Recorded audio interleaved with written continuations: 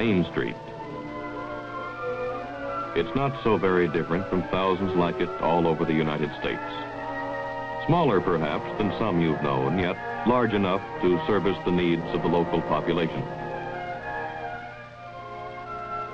It has a modern drugstore where you can find hundreds of items from aspirin and razor blades to Cokes and chocolate sundaes. As usual, it's the favorite hangout for the younger set, who spend their leisure time indulging in laughter, calories, and that great American institution, the jukebox.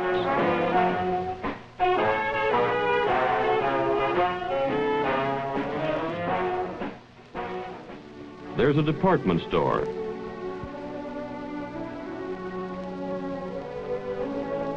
Featuring the latest spring fashions. A hardware store. They're offering a special on gardening tools today. A library and a church. Strangely enough, its doors are always locked. But there are many strange things about this town. Even a casual observer would note the utter cleanliness of the streets and houses. He would also receive the impression that everything in town was brand new, as though it had sprung up overnight.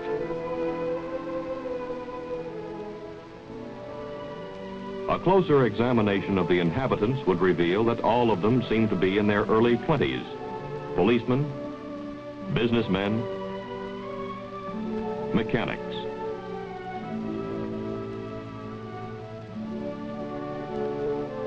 Even more unusual is the absence of older people and children. No matter where you look, there aren't any children.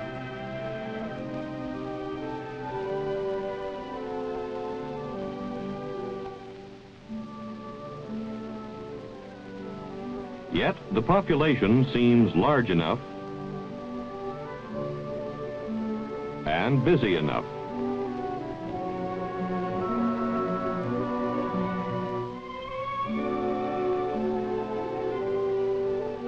Most of the activity seems to center around the campus of a small college that is located in the center of town. As a matter of fact, the town is merely an extension of these classrooms. This is no ordinary school. The students here have been hand-picked from thousands of applicants all over the country. Although they may come from different walks of life, certain characteristics are common to all. They are brilliant and determined. We turn now to the subject of motor travel in the United States of America. You will find that as you drive from city to city, that few Americans any longer use the centralized hotels which have been a part of their past. Instead, they use small places of residence on the outskirts of cities, on the main highways, which are called motels, motor hotels, motor courts, and the like. But first, before going into this subject in more detail, we will see a short training film in which you will see demonstrations of devices which have been used successfully in the past, as well as some of the latest models that are available. Pay close attention.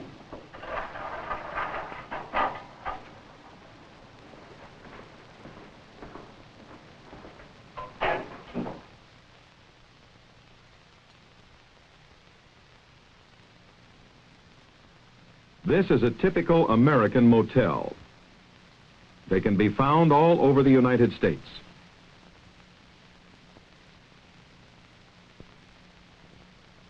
Since most Americans use automobiles as their basic mode of transportation, motels have become very popular. Because of the luxurious facilities that most motels offer, even those who travel by rail or air seem to prefer them to the ordinary hotels that are found near transportation terminals. As you can see, the interior of this room offers many opportunities for the use of surreptitious listening devices. A few years ago, the only devices available to us were tiny microphones, which could be installed behind the walls or under the floors. However, the installation of these microphones took time, and the accompanying wire made them susceptible to discovery. Today, we are no longer faced with that problem. To the unpracticed eye, there is nothing suspicious about this room.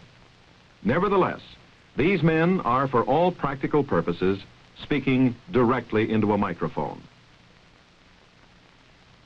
As part of the decor, most motel rooms display inexpensive lithographs enclosed in a simple frame. This one, however, is used to camouflage one of the simplest devices available.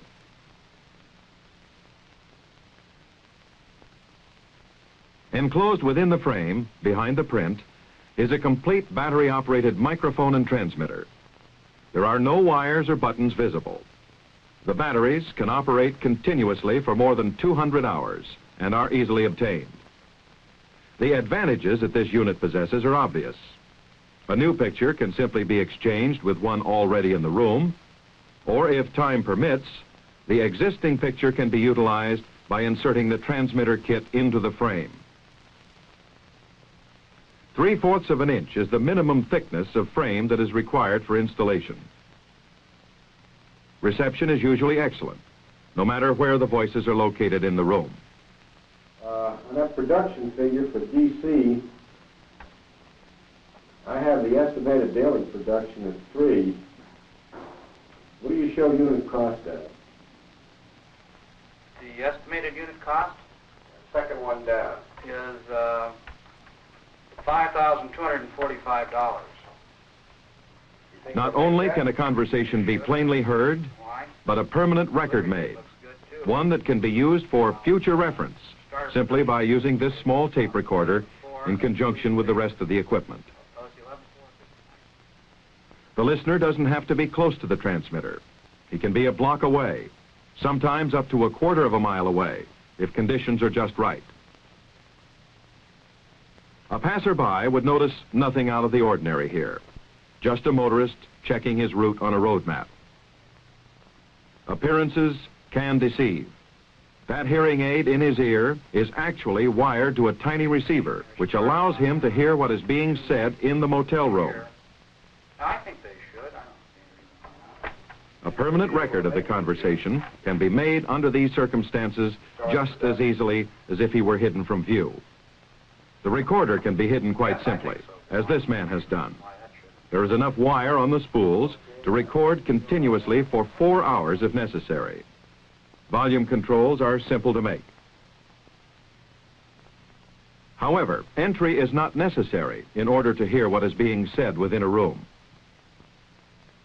If the wall is so thick that the sound waves are blurred or otherwise indistinct, a long metal probe can be attached to the mic and pushed through the inner wall to the inside of the wall of the other room. The vibrations then pass from the wall through the probe to the microphone, clearly reproducing any sounds emanating from the next room. The contact microphone has other uses. Because of its small size, it is easily concealed and can be used even in public with success. It is a simple matter to lean against a telephone booth without attracting attention. The microphone is simply carried in a coat or trouser pocket and pressed against the glass. The conversation can be heard clearly by the listener. The microphone is used in conjunction with a receiver that may be located either on the body of the carrier or positioned some distance away. These are only a few of the devices that are available. Let's look at them again. The picture frame transmitter. It can transmit all the sounds in an average room as far as 1/4 of a mile under optimum conditions. The contact microphone with different sized probes. It may be used with or without the probes and will faithfully reproduce all the sounds within an average room. Wristwatch mic. It will pick up a voice clearly up to a distance of 12 feet.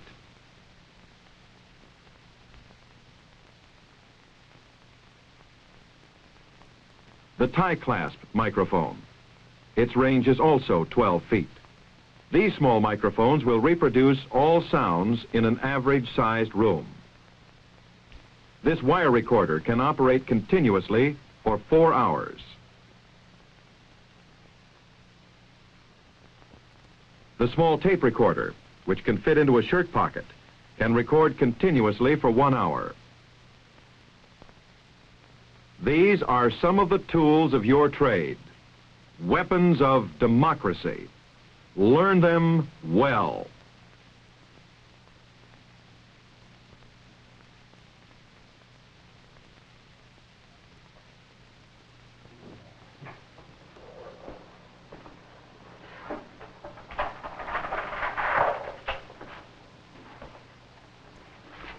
After lunch, you will have an opportunity to try each of the devices which you saw in the film.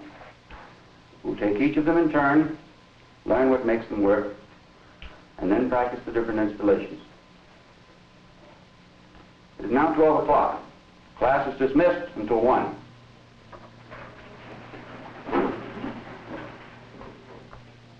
No, this is no ordinary college.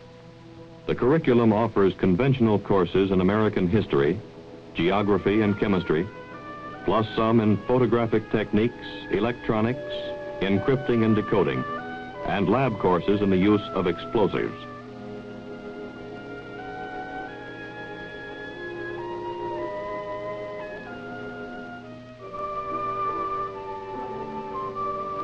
The students you see here had to pass some of the most difficult entrance exams in the world.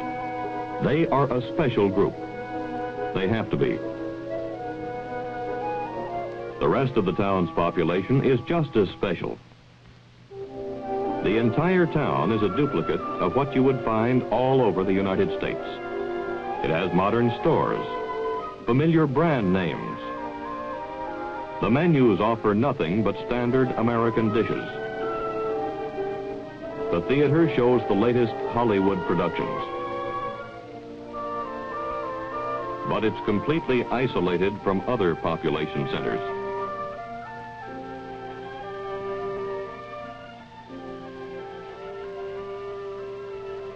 And entirely surrounded by barbed wire and armed guards.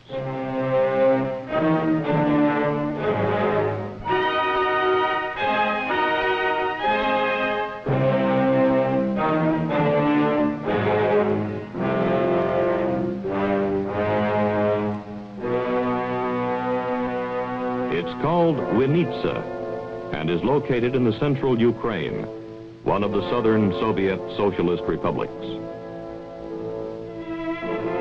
The entire town is a huge school designed to train Soviet youth how to live, think, and react like their American counterparts. They drive American cars and obey American traffic regulations. They follow the latest news of America, from sports to Hollywood scandals.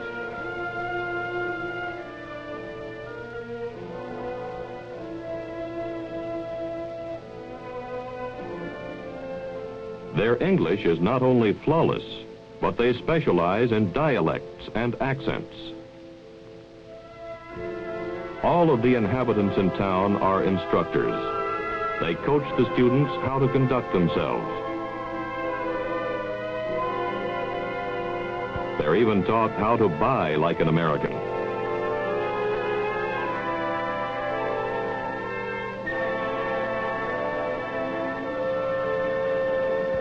The only genuine feature about Winitsa is the fence that surrounds it.